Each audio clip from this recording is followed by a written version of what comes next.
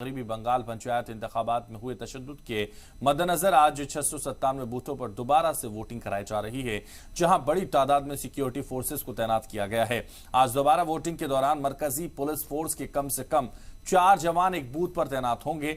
जिन जिलों में दोबारा वोटिंग का ऐलान किया गया है उनमें मुर्शिदाबाद में सबसे ज्यादा 174 बूथ हैं। उसके बाद मालदा में 110 बूथ हैं जिन पर दोबारा वोटिंग कराई जानी है। तो आज ये वोटिंग दोबारा से एक बार फिर कराई जा रही है।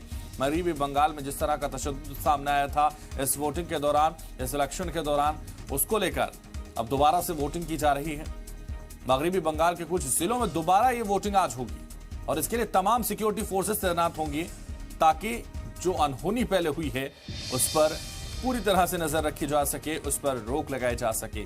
मगरबी बंगाल के कुछ जिलों में दोबारा वोटिंग आज होगी। तो 4 जिलों के 697 बूथों पर आज वोटिंग होगी पंचायत इंतखाबात के लिए।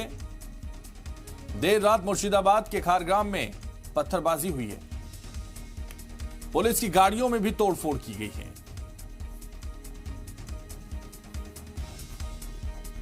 तो मगरबी बंगाल में कुछ हिस्सों में दोबारा से वोटिंग आज की जा रही है।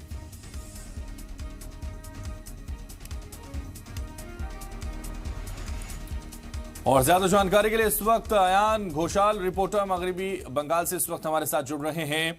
अयान, जिस तरह से तशद्दुद की लगातार खबरें सामने आई और इंतखाबात के दौरान जो तमाम तस्वीरें सामने आई, कहीं वो बैलेट बॉक्स को जलाने की तो कहीं बैलेट बॉक्स लूटने की, उसको लेकर अब दोबारा से आज वोटिंग की जा रही है। किस तरह के इंतजामात, किस तरह की तैयारियां?